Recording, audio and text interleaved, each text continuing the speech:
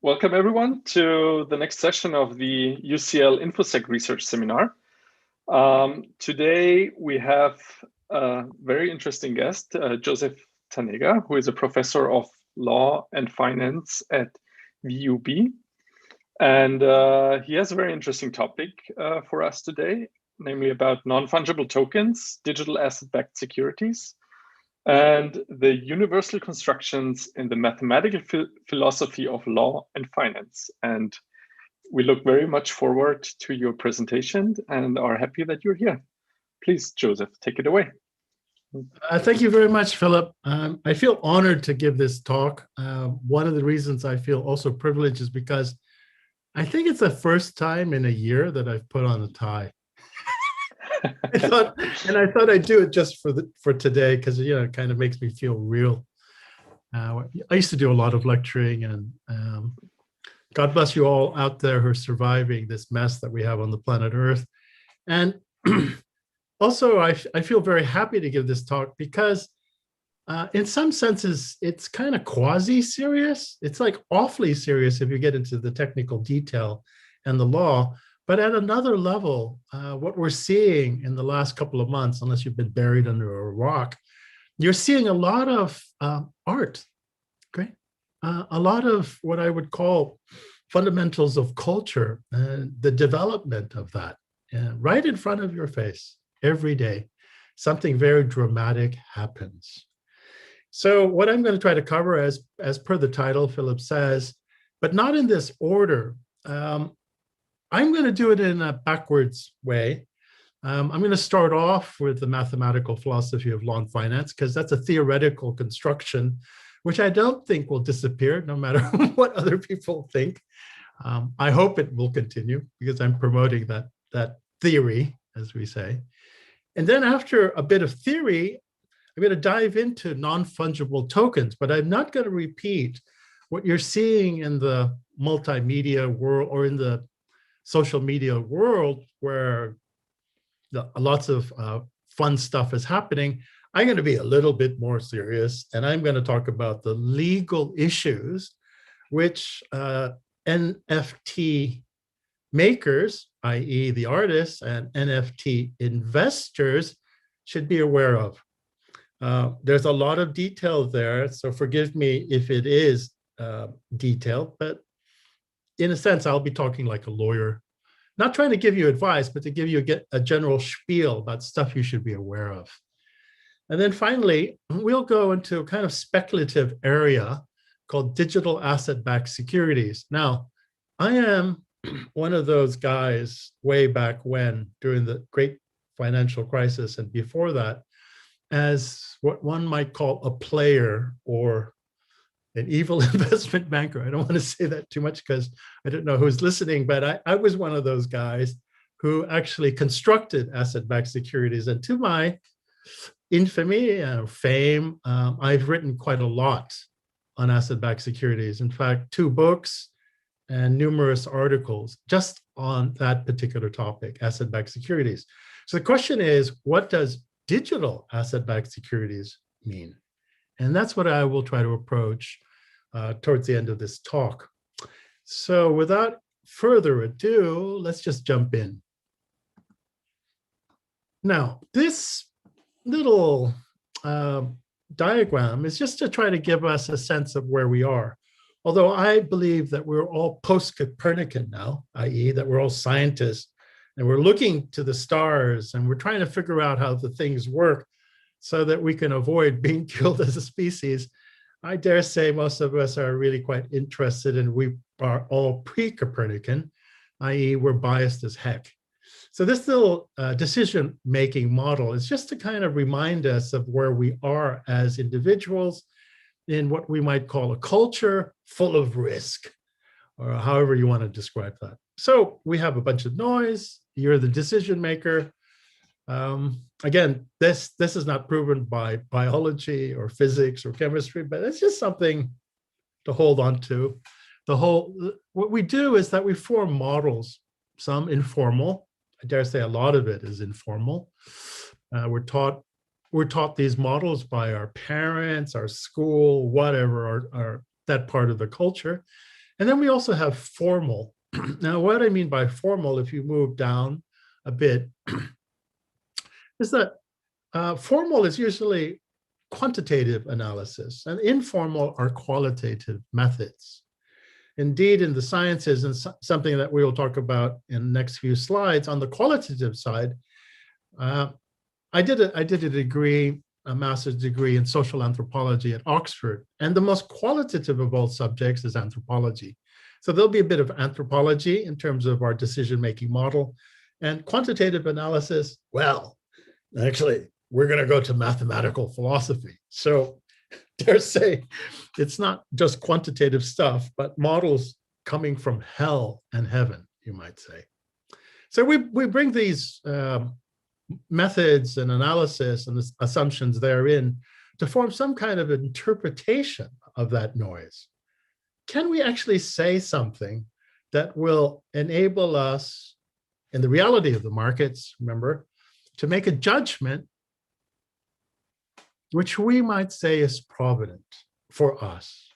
It's very self-enclosed. So I'm not talking about macroeconomics. I'm not talking about microeconomics. I'm really talking about you. And the forerunner to this kind of thinking, although this is not clear from the model, but the forerunner in the 20th century is Johnny von Neumann, one of my heroes in game theory.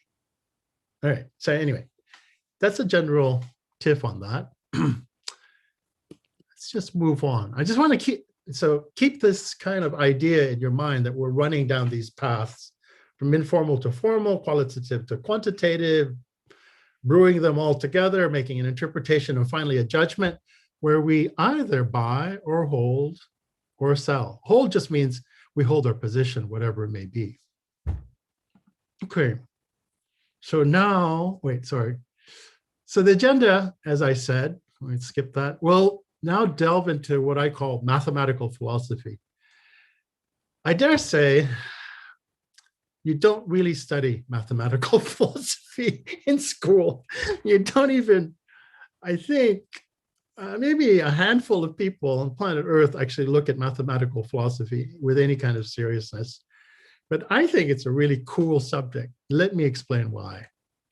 There is a person named Saunders Mac-Lane, who was well known in category theory and great mathematician from about just before the middle of the 20th century and through the 20th century, actually. Highly influential. He wrote a book called Mathematics, Form and Function, which, strangely, is not on anyone's curriculum, but I think it's a great book. And in this great book, Mathematics, Form and Function, he has this table, a kind of astounding table, on page 35, labeled innocently Table 1.1. And if you look at the first three columns, i.e. left to right, that's Mac-Lane's table, left to right, 1, 2, 3. In the first column, he calls human activities, and we could say that these are observables. These are things that happen in nature, behaviors of human, behaviors of planets and stars and atoms or whatever. Those things are recorded in the left column. And then there's a formulation that's kind of informal still. It's a conceptual formulation called ideas. So what is that thing that's happening in the left column? We give it a name, we give a rubric, just some kind of identification, verbal form. And then in the third column, which is very interesting, Mac-Lane, the great mathematician, says, and guess what? There are translations of these observables and these ideas in mathematical formulation. These ideas actually, in maths, have roots in what we can observe in the real world. Now, this is not well accepted. A lot of people, a lot of mathematicians and people who delve in the mathematics, the philosophy of mathematics, dare say, go back all the way to Bertrand Russell and so on, Wittgenstein, they disagree with this view. There are at least 5 or 6 schools. I'm not going to go through them. But Saunders Mac-Lane wrote the book, Mathematics, Form and Function, saying in the first paragraph, he wrote this book because he was sort of pissed off by Wittgenstein, because Wittgenstein had been promoting a terrible way of looking at the mathematics of philosophy. And in a word, MacLean said, if we're going to do philosophy of mathematics or mathematical philosophy, you gotta study mathematics and don't reduce the entire mathematical world to just mere logicism. I kind of like this. And anyway, so what did I do? I just did the obvious. I said, well, if MacLean could do that with mathematical formulation, why can't we do it with legal formulation? And indeed, I mean, you don't need to agree with me that the idea of collecting really is about entities and corporations, or that counting is about wills and succession, et cetera, et cetera. I mean, in fact, I would love to have more feedback about what you might think are the legal formulations for these basic human activities that MacLean, in his delirious moment of thinking like a social anthropologist, identified. So yeah, please tell me what you think the legal formulations are. But then I went even more crazy. I thought, wow, why stop at legal formulations? Why don't we go for the whole whack? Why don't we go for legal financial formulations? And then there is some guesses there. So for example, collecting. It's about assets, isn't it? And ownership. Counting. Well, we better understand what the liabilities are, and so on and so forth. So these are not exact translations. They cannot be, because they're in different discourses, different contexts, different societies, different cultures, and so on. But guess what? This is a quite useful transformation. So here's another part of the column, and you can kind of inspect it on your own. I'm not going to burden us in this discussion in terms of going item by item, because I don't think it's provable. It's not really that interesting. However, we go to this last thing, this last little table. What I've circled in red, I think it's kind of interesting. So, there's a kind of hypothesis that the stuff that we're looking at in terms of human problems or human activities, they can be really huge problems, like carbonization, plastics, pollution, global warming, whatever.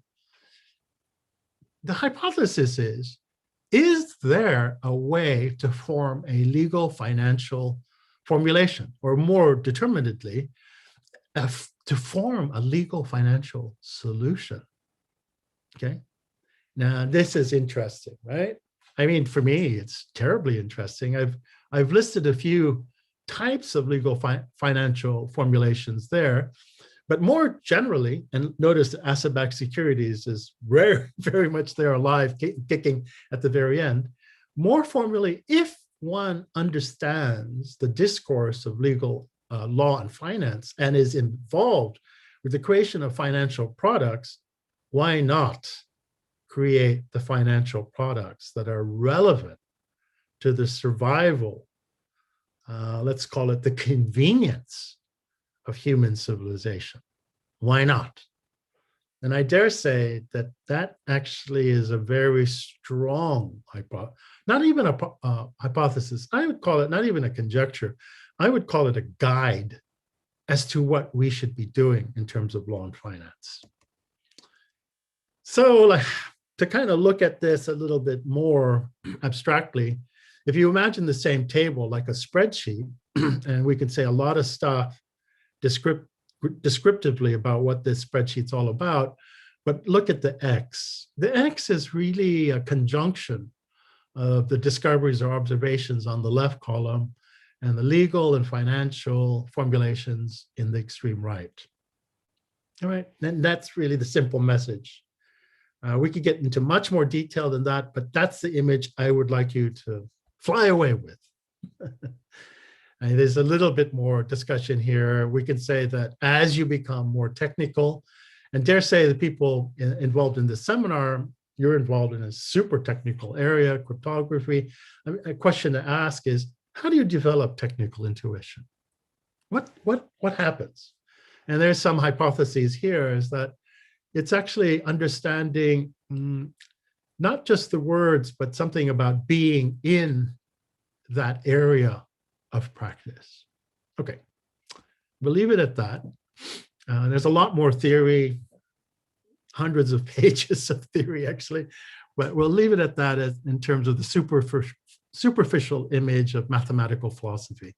How we move from the cultural description, you might say, of what we see around us to legal and financial solutions. All right, let's move on because we don't have that much time. Non-fungible tokens. Paul Valéry, one of my favorite French poets, in one of his books, he says, translated in English, we must expect great innovations to transform the entire technique of the arts, thereby affecting artistic invention itself and perhaps even bringing about an amazing change in our very notion of art. So there is this thing called NFTs. It's in the press every day. Social media is bragging about it.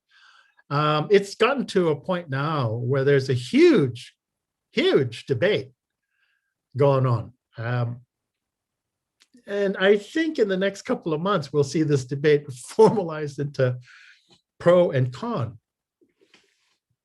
Literally very like theological stuff. It's the type of violence that you see in these arguments actually is quite uplifting if you think of it from an artistic, cultural perspective. I mean, really great art is supposed to change people's minds, right? So NFTs have sort of done that. But I'm not going to go into the commentary, pro and con. If you have questions at the end about what are the pro and con arguments, I'll give you a sense, but not right now. What does it mean to own an NFT? This is the question. This is the real question. So the next set of slides comes from Los Angeles lawyer who specializes in copyright, intellectual property, and the references there in the slides. We're going to go a little bit into what do we mean by an NFT.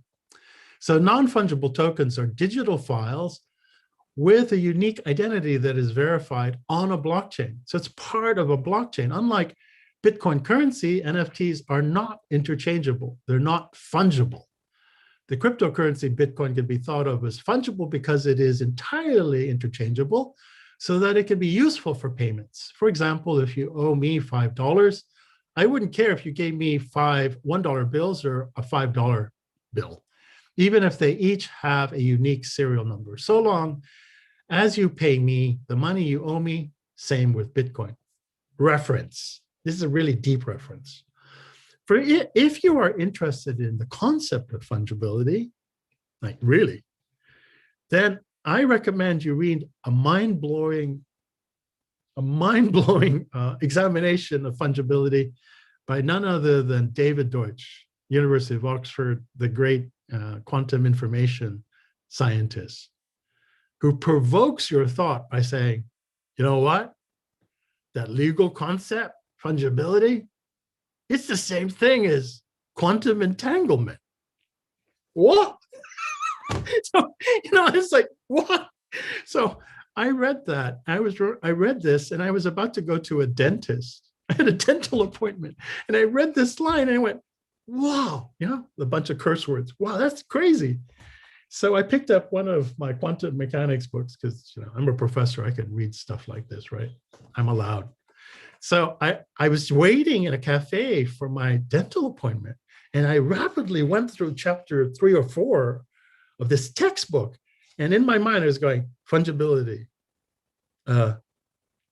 entanglement, translate, da, da, da. And at the end, just before the dental appointment, I went, wow, that's amazing.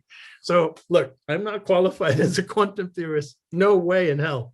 But for those out there who are technically minded, please go look at David Deutsch's book.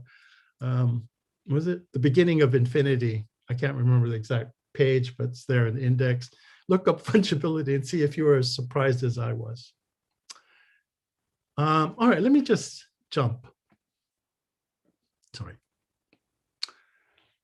Now, this is coming from, I really need to make a good reference because it's recorded, to a lawyer named Gaith Mahmood. His article is "What Are You Buying and What Do You Actually Own?" which was published very recently, 18th March 2021. And this is actually not an exegesis, just going over some of his points with a little bit of comment. I'm going to go quite quickly through this. If in the recording, you can kind of turn to it. And again, many thanks to Mahmood for putting this article out so quickly. I'm sure Mahmood's going to get some business from this article, by the way. So I'm not plugging him. But as a professor of law and finance, this is pretty good. Okay, let's go through this really quickly. So you've heard of NFTs. They come in all kinds of forms, like amazing, all kinds of artwork, mainly digital photography, but artwork. Tweets sold for a couple million. Wow, that Dorsey guy, he sold this, like, that's insane. And other digital media selling for millions of dollars on blockchain marketplaces when they are represented by an NFT. How are the NFTs linked to sales of digital media? What are the practical intellectual property considerations that arise when buying or selling the creative works that the NFTs are attached to? So these kind of questions, these are always arising, right? Yeah. Okay, like, here, Professor Tanega has just made a new piece of artwork. Look, see? There. That's worth millions, I tell you. All you do is sell it. Right, I'll believe that someday when I'm dead or something. But yeah, how does it even conceivable, right? So how do NFTs function? First, an NFT refers to unique crypto tokens that are managed on the blockchain. So you gotta imagine, and I'm not gonna describe for you what a blockchain is. Please look it up. It's there, and if you're in Philip's classes, you probably know about it already. A blockchain acts as the decentralized ledger that tracks the ownership and transaction history of each unique NFT. So the NFT is embedded in the blockchain. It's the image I have. Again, principle of fungibility comes up. The main difference between NFTs and other traditional cryptocurrency like Bitcoin is interchangeability or lack thereof. One Bitcoin is a digital wallet is interchangeable for another Bitcoin in a different wallet because each Bitcoin has the same value and use. But NFTs are coded to have unique IDs, and other metadata that no other token can replicate. Now, I'm not technical enough to know how come you can't replicate. So I'll just leave it as read. Maybe Philip and others will tell me that that's not possible. Maybe. This gives NFTs attributes of originality and scarcity. This is what's pumped into the market now. Everybody is saying the same thing. NFTs are original and there's scarcity that make them so attractive when coupled with digital media. Look, I'm not going to read all of this. I just want to go to the emphasized portion and comment on that. For example, a smart contract could be written to automatically allocate a portion of the amounts paid for any subsequent sale of the NFT back to the original owner. So this is done by code. It can be done, it's going to be done automatically, thus giving the owner an ability to realize the benefits of the secondary marketplace. Note, this is, okay, how can I put it? This is somebody who's written a lot about securities law. So this is a very important note. You have to be very careful not to say that. when you're engaged in the buying and selling of NFTs. You know why? Because if you do promote that you're going to realize other benefits beyond that NFT, even if you say it that vaguely, it suddenly just jumps over the edge into securities law. And as you know, and for those who well-equipped and gone through the throes of ICOs, there is this huge line that, back in 2015, 17, when ICOs were really popular, and then the SEC decided, that's enough of this crap. Bang, all ICOs went, stop this nonsense. And there was, again, a revenge reaction by those who were promoting ICOs at the time, saying the government is just wrong, they're evil, blah, blah. No. Here's the thing. Securities law is there for a purpose. It's got a really good purpose. And what's that? It's to protect individuals from their own gullibility. I like to say it that way. You can go to a legal text and find that, you need to make, you have to register securities, and security could be an investment contract, Howey rules, blah, blah, blah. Yeah, you could look all that stuff up, but I want to give it to you like a professor of law and finance. That is something you could remember. So even if you get hit in the head, you'll remember this. Please don't say any porkies. Please don't fantasize about the value of something you know nothing about in the future. Don't do that, because you might seduce people who are gullible into following you. And you really have no basis to make those claims. So that's what securities law is really about. It's to protect the gullible. And there's so many around us who are. All right. So when someone makes or mints an NFT, they're writing the underlying smart contract code that governs the qualities of the NFT and adding those qualities to the relevant blockchain on which the NFT is managed. So the technical people will know this. This means that when we're using these kind of blockchains like the Ethereum with these long established standards, they're written for you there, or Flow or Wax, this process is largely the same with each. I want to get to this line, which is quite important, and it's going to lead us to asset-backed securities. NFTs could have applications beyond being used to transact in content, including supply chain management. Think about that for a second. Okay, so there's a buyer and the seller, and there's a long chain of being all around the planet.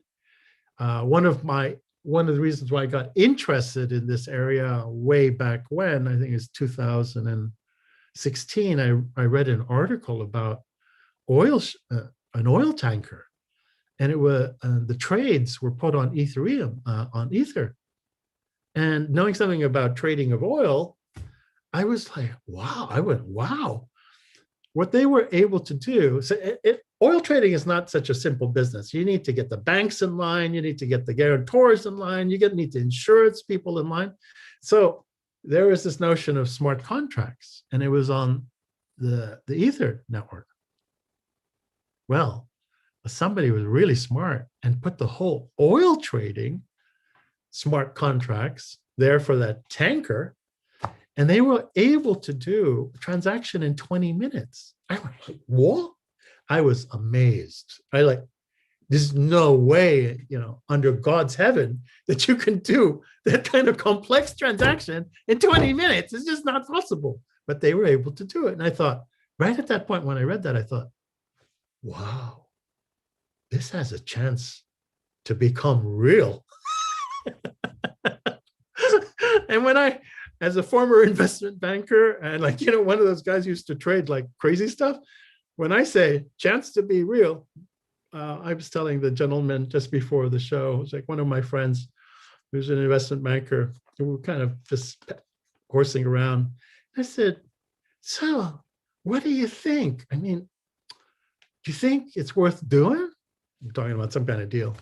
And his answer is classic. He turned to me and he said, well, Joe, if it's $1 billion, it's got to be worth doing. So yeah, unfortunately, NFTs at this moment, in time have only reached $1 billion in market cap. That was from nothing like 3 years ago. Like crypto kitties achieved some kind of recognition sometime back, but they're like really insignificant stuff. It was only in January of this year where, wow, some really exciting stuff happened. But let me finish this line. NFTs could have applications beyond being used in content, repeating, including supply chain management of physical goods, i.e. oil, and secured finance transactions. Wow. You know, my mind flips when I read that, secured finance transactions. Have you guys any idea how large that market is? Any sense of proportion? So like we say, it's $1 billion for NFTs right now, you know, total size, whatever.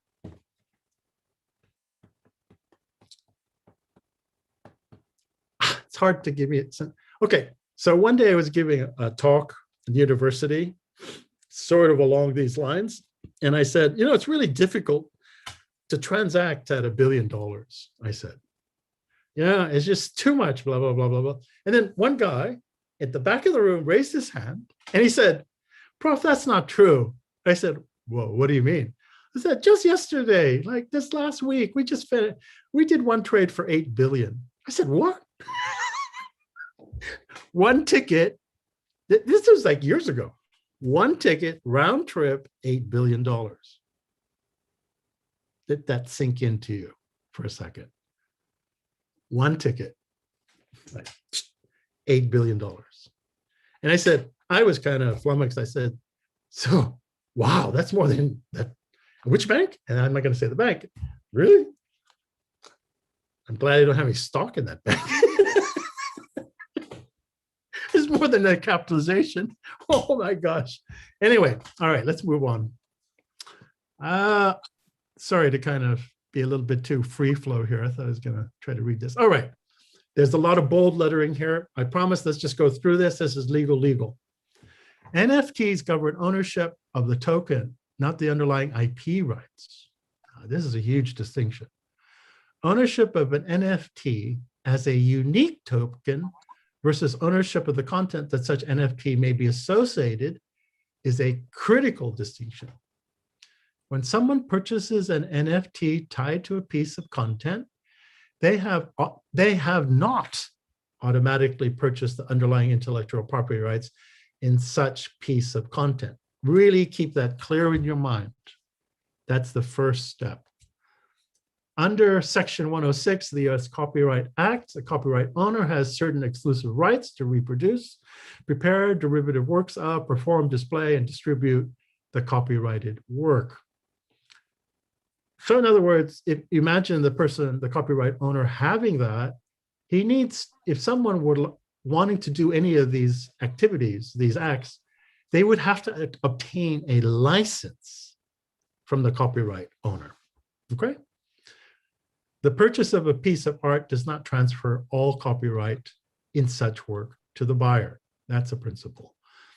Now, a couple examples: when someone buys a painting at an art gallery for their home, they are acquiring the physical painting itself, which they can display, but not the underlying rights to reproduce, make derivative works of, or distribute copies of such painting. The underlying copyright only transfers if the copyright's owner evidences in writing, very important word should be in red, in writing, that they intend to transfer those rights alongside the copy of the work. Now, the point, hold on just a second. Just move this. Unless the NFT owner has received explicit permission from the seller, let that sink in. Explicit permission, what does that mean? Could we do it on the chain or off the chain? It's a very interesting question. So, you know, you technical people out there, that's where you need to go. You need to figure that one out. The NFT owner does not automatically acquire the legal rights to take pictures of the creative work attached to the NFT and make t-shirts or postcards for the sale. They're doing it now anyway. Well, how how much lawyers are going to make here, boy? Yeah, well, try. Hold on. Absent further documentation, the purchaser of an NFT acquires through that purchase an implied non-exclusive license to display the related media in their token wallet for personal purposes only, emphasis, personal purposes only, but does not own the underlying copyright in the content the NFT is associated with, or the rights to display that media on third-party products, websites, or platforms. So what rights are you buying? So a couple examples, and actually making a reference to a very good template. So all you guys and gals out there wondering, oh, wow, Professor Joe is really kind of killing me, what he's saying. Is there a kind of exception to this? Gosh, because Professor Joe's stuff sounds really scary. All right, here we go. So Dapper Labs, operator of the popular NBA Top Shot platform, has promulgated a template. It's called the NFT license, where the NFT sellers can adopt to outline what rights are being licensed to an NFT buyer. The NFT license distinguishes the actual NFT token from the quote unquote art associated with the NFT, the underlying image, music, sound, or a combination thereof. The license clarifies that the buyer of the NFT receives, and here are the three important conditions: A, personal license to use and display the art associated with the NFT, good, as well as 2, a commercial license to make merchandise that displays that art associated with the license, and that the license, that's really the third one, is subject to $100,000 gross revenue per year limit. Now, obviously, you can negotiate whatever conditions you wish. You could go up or down on the amount and so on and so forth. But at least now there's a template out there and it's working quite well. Last figure I saw for the NFB Top Shot platform, I think it was running over $20 million. Could be much more. So please, you know better data than me, fine. So, you know what, I'm going to kind of skip this example. I think the NBA Top Shot is much better one. There is another problem, and this is getting into the controversial area about what NFTs actually do. And it gets into the notion of authentication. Let's jump to the mere pointer argument. Mere pointer. A simple NFT by itself cannot help with matching the creator or owner of an NFT to a real person in the physical world. Read that to yourself again. Nor does it validate the creator of the NFT has the underlying rights to tie that NFT to any specific creative work. Wow. So how do you, how do you link the two? How do you make them adhesive? You know, like, what the heck? In the controversial art world at the moment, there are a couple people who are making this argument stronger and stronger. In effect, they're saying all you're buying with NFT is a pointer, nothing else. It points to something else. So how about counterfeiting? Collectors can be easily left wondering whether some digital art they spent thousands of dollars on is really Bansky's work or merely a knockoff. That would be disappointing. Yeah, like, you know, you part with real fiat money and you got like a counterfeit, which is by definition useless. Like, you know, you're a real sucker to buy that one, you might say. So there's all kinds of stuff here, and maybe somebody really much smarter than me could figure out how the heck you can get out from under manual verification. because that seems to be the only thing that's available at the moment.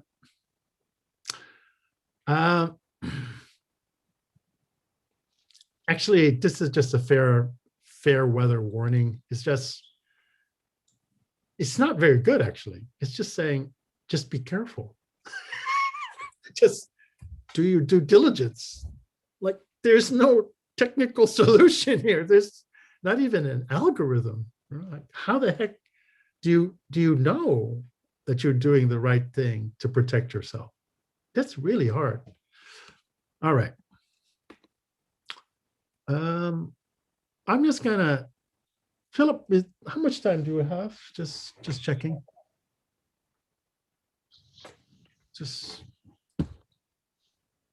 Okay, we just have a few more minutes, and I got a whole section yet. I'm gonna jump and try to, in 5 minutes, describe digital asset-backed securities, okay? This is kind of impossible, but I'm gonna try. So I'm gonna jump forward. Now imagine that we have NFTs. Imagine that we have these non-fungible tokens. Imagine that, you know, we're now moving into the world of gigantic finance, where trillions of dollars are moving like hotcakes. I mean, like hot lava around the planet. That's not a very good example, but you know what I mean. There's just a lot of money. I get to describe an asset-backed security for you, like in 1 minute. Imagine a bank with a bunch of mortgagors, i.e. borrowers who want to buy some land, house. A bank has maybe 1,000 mortgagors, and all that cash flow is pumping into this bank. And the normal average lifespan, average maturity for all these loans to be paid off is, on a long historical base, only about 7.2, 7.4 years. So if you have $1 billion worth of cash flow coming from these borrowers into a bank, the poor bank, it has to wait 7.4 years to get this portfolio paid off. So some genius who nobody knows figured out something back in the 70s and said, hey, Mr. Banker, how would you like to get your money sooner? Huh? How? All we got to do is just push all that money into an SPV. What's an SPV? Oh, this offshore vehicle which has like 3 people employed. Huh? And the bank, you know, with your 20, 30, 40, 50,000 employees, that huge business risk does not exist in SPV. So the SPV will have this huge positive cash flow for no business risk. Well, you know, the banker is like, what are you talking about? And you know what? Because we're such good arrangers and because we're investment bankers, we know what's going on in the market. We can talk to these buyers of the bonds out there, you know, the insurance companies, the pension funds, a few hedge funds, and we can sell them exactly what they need. Technical term of art is asset liability management. Insurance company needs, I don't know, in the 7th year, a whole bunch of money. We can make those instruments occur. We can prescribe them exactly. So amazingly, the $1 billion in cash flow is immediately sold. You don't have to wait 7.4 years. It's like done as quick as you can. So the first deals there took 2 years because there's a lot of programming and so on. So now the bank has all this money, $1 billion minus fees. So what does the bank do? And this is the truth. This is actually what happened in the credit crisis. There are a lot of stories about how bad, you know, everything was, but actually they don't actually get to this mechanistic view. This is closer to the truth. So guess what the bank does? The manager, CEO, chairman does. You got all this money. So what do? You do it again. You just go get a bunch of mortgages, you know, lend money again. And then what? Investment banker comes back and says, let's do it again. So securitizes all those loans and he gets the money again really quick. So you do this and do this and do this until what? Well, you go to the bottom of the barrel because it's going to be difficult to find really good mortgagors, is it not? after you do it a few more times, where are they? And that's subprime. Anyway, this is a tiny little story about how the credit crisis really occurred. No, but just keep this model in mind and imagine, no, this is way too complicated, but that's actually all these instruments that are floundering around and, the shadow banking markets. I'm doing a lot of hand waving here. We don't have time to get to that. And there's even some category theory at the bottom to simplify it. Don't have time. So what else? Well, there have been experiments, a few, and I could say, so it becomes really simple and quick. They have all failed in creating a digital asset-backed security platform. They have all failed. And I'm going to tell you in one sentence why they all failed. They all failed because they took a top-down approach. The data coming up, i.e., the instruments they really needed to have good data on, was terrible. And the system from one level of trade to another was terrible. So it doesn't surprise me at all that it's garbage in, garbage out. And guess what? Digital asset-backed securities as a beautiful network platform failed.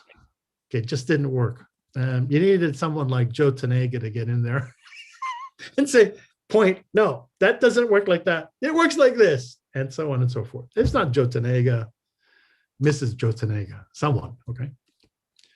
So I'm not going to go through the failed models, but I'm going to give you an idea. This is really the last slide for an idea, and we're going to run out of time. Imagine the same model for an asset-backed security. I actually ran the numbers for this when I was consulting to the Russian mortgage-backed society in Moscow. And I had a quant from Harvard who did the numbers for me. And I just came up with this kind of crazy financial instrument. And I said, given certain parameters, interest rate, blah, blah, blah, and let's just put one spooky thing inside it. And what is that? Let's allow the mortgagors, you see them there? The dotted line to the equity. Let's allow the mortgagors to participate in the equity tranche. Equity tranche means as this mortgage-backed security goes forward, it should become more and more efficient, just like any other business. Therefore, what I'm saying is just like, by analogy, if we were to give people, poor people, people who are well-deserving, some equity interest in some fantastic social machine, socioeconomic machine that's going to throw off cash flow in the future, wouldn't that help alleviate poverty? All right, only somebody who's not an investment banker would ask that kind of stupid question. And in fact, when I created this structure, I went into the city of London and I spoke to one of the biggest energy stroke asset securities lawyer in the city of London.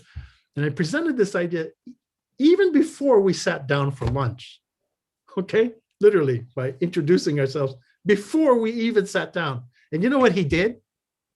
You know what he did? This big time lawyer? He took a step back and he says, what are you, some kind of communist? Okay, so I think that's just enough of my time. I know I've gone too fast across many ideas and probably not well developed enough, but I hope you get a sense of, this intriguing proposition that maybe there is a digital platform for asset-backed securities. Maybe we can grow it from the ground up, i.e. to individual owners, give them a chance to participate in the equity. How? By somehow digitizing the mortgages. Now, I'm not at liberty to describe exactly how that would work because we've worked it out. But, it's kind of a cool idea. Anyway, Philip, I think, I'm not going to even do the conclusion. I think that's enough for now. It was really great. Very, very interesting, cross insight across many fields in finance. So let me stop the live stream and the recording, and then we can move over to the Q&A.